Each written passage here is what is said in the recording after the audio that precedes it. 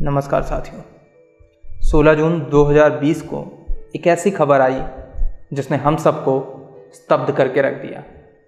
एक नायाब कलाकार, एक चमकता हुआ सितारा, हमारा प्यारा सुशांत अब नहीं रहा।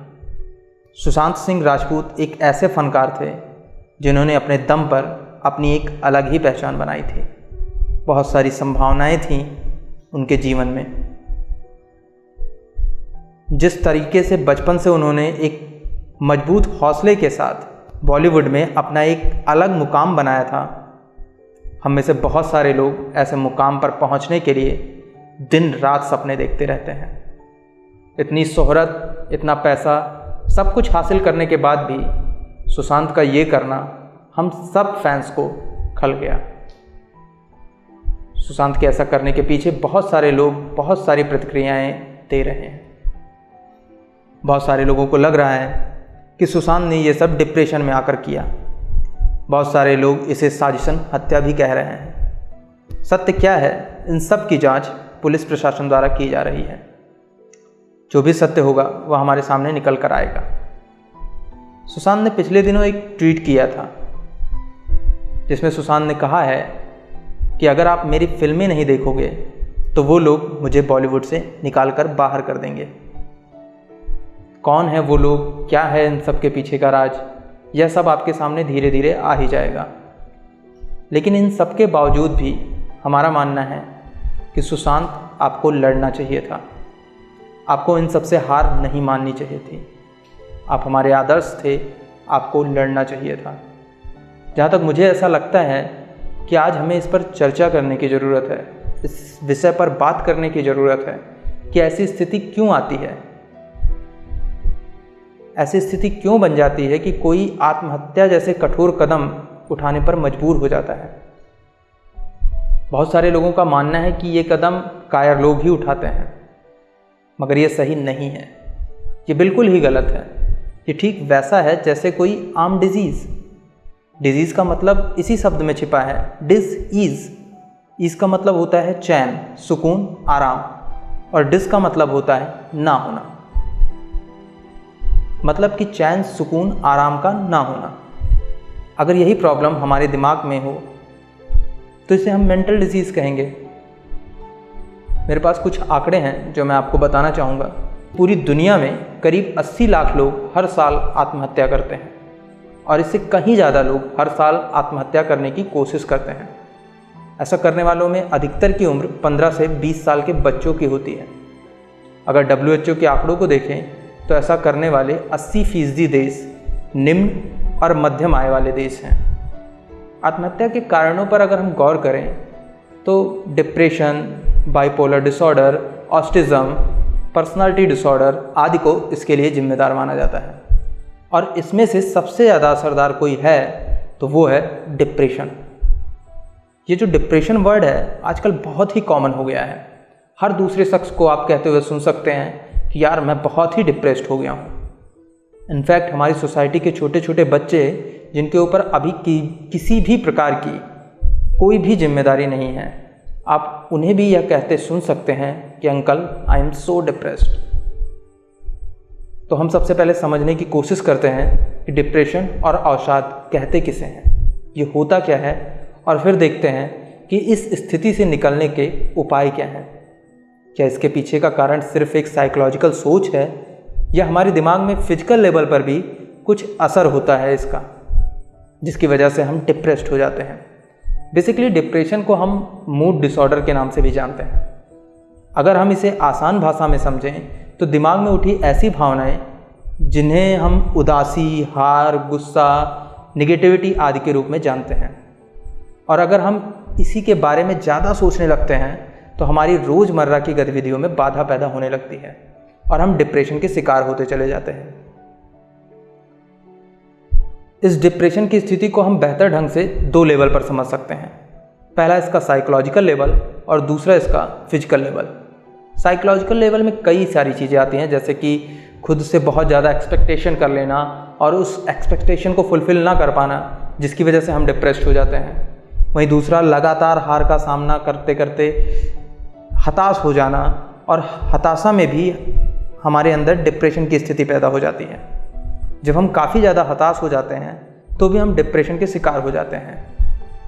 अगर वहीं इमोशनल लेवल पर देखें तो किसी को भी हम बहुत चाहते रहे हों और अचानक उससे किसी भी कारण से दूरी हो जाए या दूर हो जाएं तो हम अवसाद की स्थिति में चले जाते हैं। ये सारा हमारे साथ साइकोलॉजिकल लेवल पर होता है। वहीं दूसरी ओर फिजिकल लेवल पर कुछ इस तरह के केमिकल होते हैं जो हमारे माइंड में रिलीज़ होने चाहिए पर वो किसी कारण से नहीं रिलीज़ हो रहे होते हैं। जैसे कि मैं आपको बताऊं तो ऐसा हार्मोन्स में डोपामाइन, जो हमारी खुशी के हार्मोन्स होते हैं, ये हमारे माइंड में तब रिलीज़ होते हैं जब हमें कोई अप्रिसिएशन मिलती है या जब हम किसी काम को करके खुशी मिलती है, कि जब हमें किसी काम को करके खुशी मिलती है तो ये हार्मोन्स हमारे दिमाग से रिलीज़ होते हैं। ऐसे ही दूसरा है सेरोटोनिन, इसे मूड सुधारने वाला हार्मोन्स भी कहते हैं। और एक होता है प्रोजेस्टेरॉन, जिसे चैन की नींद लाने के लिए जाना जाता है, जिससे हम थोड़ी सी चैन की नींद पा सकते हैं। ऐसे ही है ऑक्सीटोसिन, जिसे हम लव हार्मोन्स के नाम से जानते हैं। ये संतुष्टि और प्यार जैसी चीज़ों और प्यार जैसी भावनाओं को बढ़ाने में हमारी मदद करता है।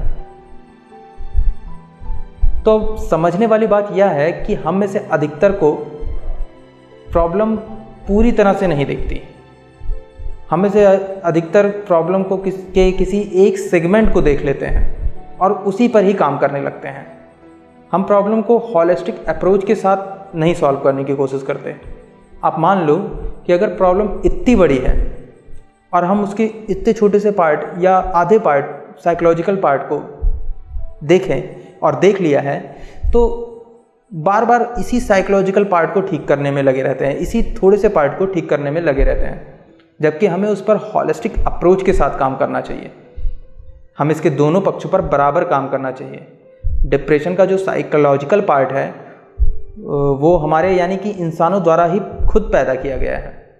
आप भी इस बात से एग्री करोगे कि अगर आप कुछ ज़्यादा ही कुछ उल्टा सीधा सोचना शुरू कर दो तो आपके अंदर भी फिजिकल और साइकोलॉजिकल दोनों ही लेवल पर नेगेटिविटी आने लगेगी। दुनिया में लगभग 70% बीमारियां इंसानों ने खुद ही पैदा की हैं, क्योंकि बीमार पड़ना बचपन से कहीं ना कहीं फ़ायदा पहुंचाता है। बचपन में जब हम बीमार होते थे वो अच्छा होता था हमारे लिए, क्योंकि हमें मम्मी पापा अपने आसपास के लोगों का पूरा ध्यान मिल जाता था, पूरा अटेंशन गेन होता था। तो ये कला हम में से अधिकतर लोग बचपन से ही सीखते चले आए, और जब हम समझदार हो जाते हैं तब भी कहीं ना कहीं अटेंशन पाने की वो जो चाह होती है वो हमारे अंदर बनी रहती है। जब हम अपने लिए कोई बहुत बड़ा गोल सेट कर लेते हैं और उस तक किसी भी कारण से नहीं पहुंच पाते तो अपनी सोसाइटी में अटेंशन नहीं गेन कर पाते, तो हमें सोसाइटी और समाज के ताने व्यंग आदि से डर लगने लगता है और हम बहुत ही ज़्यादा सोचने लगते हैं। ज़्यादा सोचना गलत बात नहीं है, आपको यहाँ समझने की ज़रूरत है। ज़्यादा सोचना गलत बात नहीं होती। ज़्यादा सोचने से डिप्रेशन नहीं होता। अगर ज़्यादा सोचने से डिप्रेशन होता तो जितने भी वैज्ञानिक हैं वो सारे डिप्रेशन के शिकार हो जाते। वो तो हम सबसे ज़्यादा ही सोचते हैं। जो क्रिकेटर हैं, वो जब पिच पर खड़े होते हैं तो उनकी थिंकिंग का लेवल बहुत ही हाई होता है कि आगे कौन सी बॉल आने वाली है, हमें उस बॉल पर किधर शॉट खेलना है। तो ज़्यादा सोचना प्रॉब्लम नहीं होती। अगर हमारी सोच में क्लियरिटी ना हो तो उससे डिप्रेशन होता है। अगर हम क्लियर सोचते हैं, अगर हम स्पष्ट सोचते हैं तो हमें डिप्रेशन नहीं होता। यहाँ एक बात और स्पष्ट करना चाहूँगा कि जो विवेक और पागलपन के बीच एक बहुत ही पतली सी रेखा होती है और हम अक्सर उस रेखा को पार करते रहते हैं। हमें गुस्सा आता रहता है और हम विवेक से पागलपन की ओर बढ़ते रहते हैं। आप 3 महीने लगातार 2 घंटे गुस्सा करने लगो और किसी के ऊपर बुरी तरह से चीखने चिल्लाने लगो, निश्चित रूप से आप 3 महीने के अंदर ही मानसिक रूप से बीमार हो जाओगे। अगर हम उस रेखा को बार बार पार करते रहेंगे तो एक दिन ऐसा होगा कि हम उस रेखा को पार करके वापस लौट के आ ही नहीं पाएंगे। हमें से अधिकतर इसी साइकोलॉजिकल पार्ट पर काम किया करते हैं कि मुझे गुस्सा ना आए, मुझे ये चीज़ें ना हो, मुझे ये चीज़ें ना हो। पर हमें इसके दोनों पक्षों पर काम करने की ज़रूरत है। हम देखते हैं कि कई बार ऐसा होता है कि सब कुछ अच्छा चल रहा होता है, कुछ भी उल्टा सीधा नहीं हो रहा होता, फिर भी हम बैड फील करने लगते हैं। फिर भी अचानक हमें कुछ अच्छा नहीं लगता, मतलब कि बिना किसी वजह से ही मूड खराब हो जाता है। ऐसा क्यों होता है? यहाँ हमें सोचने की ज़रूरत है। फॉर एग्ज़ाम्पल अगर मैं आपको बताऊँ तो जैसे कि कोई 2-3 दिन तक घर पर ही पड़ा है और उसका कुछ करने का मन नहीं हो रहा है और वह खुद भी बहुत दुखी फील कर रहा है, बहुत दुखी महसूस कर रहा है, जबकि उसकी लाइफ में ऐसा कुछ भी गड़बड़ नहीं चल रहा होता है, ऐसी कोई भी गड़बड़ नहीं हो रही होती है, पर फिर भी उसे खराब फील हो रहा होता है। तो ऐसे समय में कोई साइकोलॉजिकल कारण नहीं होता, फिर भी कुछ तो गड़बड़ हो रही होती है। जो गड़बड़ हो रही होती है वो हमारे फिजिकल लेवल पर गड़बड़ हो रही होती है। साइकोलॉजिकल लेवल पर हो रही गड़बड़ को तो हम खुद ही ठीक कर सकते हैं, उसको ठीक करना हमारे हाथ में होता है। जैसे कि अगर हम मान लो कि हम 1 महीने से बैठे थे और सोच रहे थे कि यार सब गड़बड़ हो गया, सब बर्बाद हो गया, सब खराब हो गया, अब कुछ भी नहीं बचा। एकदम से एक पल ऐसा आता है, एक मूवमेंट ऐसे आती है कि चल उठ यार, आगे बढ़ते हैं, फिर से शुरुआत करते हैं, आगे बढ़ते हैं लाइफ में, और एकदम से सब कुछ ठीक होने लगता है। हमारी बॉडी का जो फिजिकल लोचा है, जो हमारे दिमाग में केमिकल लेवल पर दिक्कत चल रही होती है, अगर वो हमारा सही ढंग से उस समय साथ दे तो और अच्छा हो जाता है। हम जल्दी से ठीक होने लगते हैं, हम जल्दी जल्दी रिकवर करने लगते हैं। सभी डॉक्टर, दवाइयाँ यही तो करते हैं, वो हमारी साइकोलॉजिकल लेवल पर काम नहीं करते। हम अगर किसी डॉक्टर के पास जाते हैं तो डॉक्टर फटाफट एक लिस्ट बनाते हैं कि ये प्रॉब्लम है और हमें दवा दे देते हैं। वो हमारे फिजिकल लेवल पर काम करते हैं और साइकोलॉजिकल लेवल पर हम खुद काम करते हैं और हम ठीक होने लगते हैं।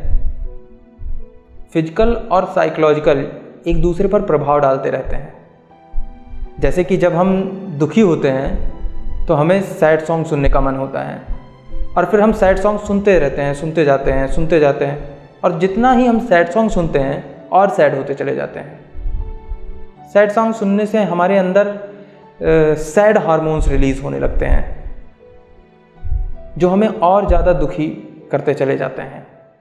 वहीं अगर हम खुश होते हैं और तो उस वक्त हम एनर्जेटिक सॉन्ग या मोटिवेशनल टाइप के सॉन्ग सुनने चाहते हैं और उसे हम मोटिवेट होते रहते हैं, क्योंकि हमारी बॉडी में उस वक्त हैप्पी हार्मोन्स की मात्रा बढ़ने लगती है। वो हमें और भी मोटिवेट करते चले जाते हैं, इससे हम और भी मोटिवेट और भी खुश होते चले जाते हैं। तो इससे ये क्लियर होता है कि फिजिकल और साइकोलॉजिकल दोनों ही एक दूसरे पर प्रभाव डालते हैं। हमें दोनों ही चीज़ों पर काम करना चाहिए। दवाइयाँ क्या करती हैं? दवा हमारे दिमाग में उस हार्मोन्स को ब्लॉक करती हैं जिसका रिसाव नहीं होना चाहिए, जैसे कॉर्टिसोल, जिसे हम स्ट्रेस हार्मोन्स भी के नाम से भी जानते हैं। और जो हार्मोन्स और जिन हार्मोन्स का रिसाव होना चाहिए उन हार्मोन्स को आर्टिफिशियल तौर पर क्रिएट कर देती हैं, तो हमको दवा खाते ही अच्छा फील होने लगता है। पर दवा खाकर अगर अच्छा फील होगा तो इसके कई और साइड इफ़ेक्ट भी होते हैं। दवा लेना डिप्रेशन का कोई स्थायी समाधान तो नहीं है। किसी भी बीमारी का इलाज करने के 2 तरीके होते हैं कि बीमारी के जो लक्षण हैं उनका हम इलाज करें, दूसरा बीमारी को जड़ से ही काट दें। जो हमारी भारतीय पद्धति है, जो हमारे आयुर्वेदा के सिद्धांत हैं, उनके हिसाब से बीमारियों की जड़ पेट को माना गया है, क्योंकि हमारे दिमाग में या हमारे शरीर को किसी भी ऑर्गन को ठीक से काम करने के लिए एक एनर्जी, एक ऊर्जा की आवश्यकता होती है। और जब हम कुछ खाते हैं तो उसको डाइजेस्ट करने का काम और उसे एनर्जी में कन्वर्ट करने का काम हमारे पेट के द्वारा ही किया जाता है। जब हमारा पेट ठीक से काम करेगा तभी हमारा ब्रेन भी ठीक से काम कर पाएगा या करेगा। तो सबसे पहले हमें हेल्दी फूड लेने की ज़रूरत है, हेल्दी डाइट चार्ट की ज़रूरत है। आजकल की लाइफ में हम यही नहीं कर पा रहे हैं। हम सुबह से रात तक पैकेज्ड फूड ले रहे हैं, पिज़्ज़ा खा रहे हैं, बर्गर खा रहे हैं और सारे फास्ट फूड खा रहे हैं। यहाँ तक कि वो सारे सो कॉल्ड सेलिब्रिटीज़ जो उनका ज़ोर ज़ोर से प्रचार कर रहे हैं, जबकि वो खुद भी ऐसी चीज़ें नहीं खाते, लेकिन उसे हमें खिलाया जा रहा है।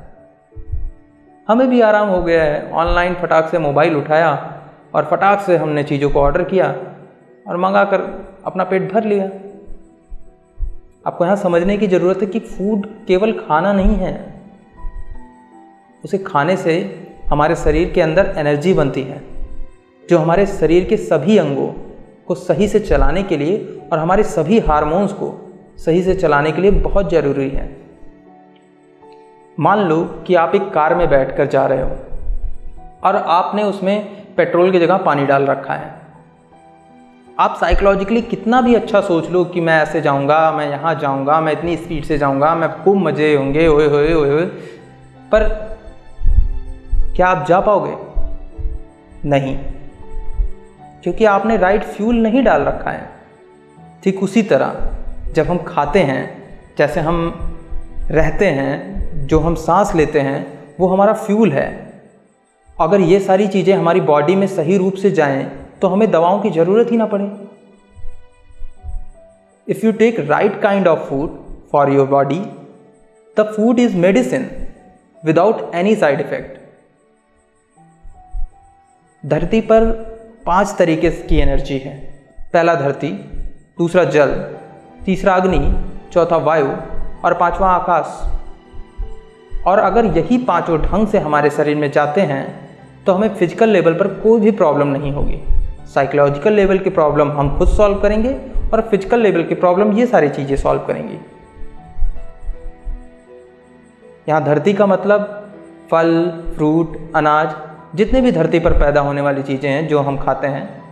बस थोड़ा सा हमें अवॉइड करना है तो वाइट चीज़ों को, जैसे वाइट ब्रेड नहीं खाना है, वाइट शुगर ज़्यादा ना इस्तेमाल करें, ये सारी चीज़ें। जल, पानी, जल से पानी होता है। अगर हमारे अंदर पानी की कमी हो तो हमारा दिमाग, हमारा शरीर सही से काम नहीं करेगा। अग्नि, अग्नि का मतलब सनलाइट। हमारी योगा पद्धति में सनलाइट यानी सूर्य नमस्कार को एक बहुत ही बड़ा फ़ायदा बताया गया है, उसका एक बहुत ही बड़ा फ़ायदा बताया गया है और मैं आगे इस पर एक डिटेल्स में वीडियो भी करने वाला हूँ, तो आप लोग देखिएगा ज़रूर। उसी तरीके हमारे अगला तत्व है वायु। वायु यानी कि हवा, शुद्ध हवा। शुद्ध हवा, अगर शुद्ध हवा हमें नहीं मिलेगी तो हमारे ऑर्गन सही से काम नहीं करेंगे। अभी आपको अगर 1 महीने किसी अंधेरे कमरे में बंद कर दिया जाए जिसमें अच्छी सी हवा ना हो तो भी आप डिप्रेशन के शिकार हो जाओगे। तो हमें शुद्ध हवा की ज़रूरत है। आकाश, आकाश का मतलब कि स्पेस, खुली जगह, खुला पहाड़। अब ये मत सोचना कि मैं आपको स्पेस में जाने के लिए बोल रहा हूँ। जिनके अंदर काबिलियत हो वही स्पेस में जाएं। मैं बस खाली इतना कह रहा हूँ कि जब आप डिप्रेशन महसूस करो तो आप खुले में टहलो, पार्क में टहलो, घर की छत पर जाओ, कहीं बाहर का प्लान कर सकते हैं आप, किसी नेचुरल जगह का प्लान कर लो। ये जो 5 चीज़ हैं जहाँ हमें ये 5 चीज़ मिल सकें। बहुत सारे ऐसे नेचुरल थेरेपी के सेंटर हैं, आयुर्वेदास के सेंटर हैं और बहुत ही सस्ते दामों पर उपलब्ध हैं। ऐसा नहीं है कि बहुत एक्सपेंसिव है। बढ़िया वहाँ जाओ, आप खुली जगह पे रहो, खुले वातावरण में। हमारे पास इतनी बड़ी लाइफ है, हमारे पास इतनी बड़ी पूरी लाइफ पड़ी है आगे। क्या हम अपने लाइफ के लिए, अपने लिए इतना नहीं कर सकते? एक्चुअल में क्या हमने कभी सोचा है कि हमने क्या अपनी बॉडी की कभी सर्विसिंग कराई है? अगर हमारे पास कोई गाड़ी होती है तो हम हर महीने उसको सर्विस पे लेके जाते हैं, सर्विस कराते हैं। क्या हमें अपनी बॉडी की सर्विस नहीं करानी चाहिए? क्या हमें अपने बॉडी की सर्विस कराने की ज़रूरत नहीं है? तो जब भी कभी आपको लगे कि आप अच्छा नहीं महसूस कर रहे हो तो आप सब कुछ छोड़कर, सारी दुनियादारी छोड़कर खुले आकाश में जाइए, शुद्ध हवा लीजिए, सनलाइट लीजिए, सुबह उठिए, नियमित भोजन करिए, शुद्ध भोजन लीजिए, शुद्ध पानी लीजिए। सच में आपको बहुत फ़ायदा होगा। सच में आपका डिप्रेशन लेवल बहुत ही कम होगा और ये सब कुछ करने से आपको अपना डिप्रेशन कम करने में बहुत ही आसानी होगी। दोस्तों, आप जब भी डिप्रेस्ड हो तो, और कुछ भी आपके दिमाग में ऐसा उल्टा सीधा करने को आए, तो सबसे पहले ये सारी चीज़ें करके ज़रूर देखिएगा। आप इन बातों पे गौर करिएगा, और अगर फ़ायदा ना हो तो आकर कमेंट बॉक्स में मुझे गालियां ज़रूर देकर जाइएगा। इसी के साथ मैं आपसे विदा लेता हूँ। अपना ख्याल रखिएगा, स्वस्थ रहिएगा, तनाव से दूर रहिएगा, अच्छा सोचिएगा, अच्छा करिएगा। और अगर हमारे चैनल पर नए हैं तो चैनल को सब्सक्राइब करना ना भूलें, बेल आइकन को भी प्रेस कर दीजिएगा, जिससे कि आने वाली सभी वीडियोस की नोटिफिकेशन आप सभी को मिल सके, क्योंकि खुशियाँ बांटोगे तभी बढ़ेंगी। तब तक के लिए मैं चलता हूँ। जय हिंद, जय भारत। और सुशांत, आप हमें हमेशा याद आओगे। काश आपने ऐसा ना किया होता।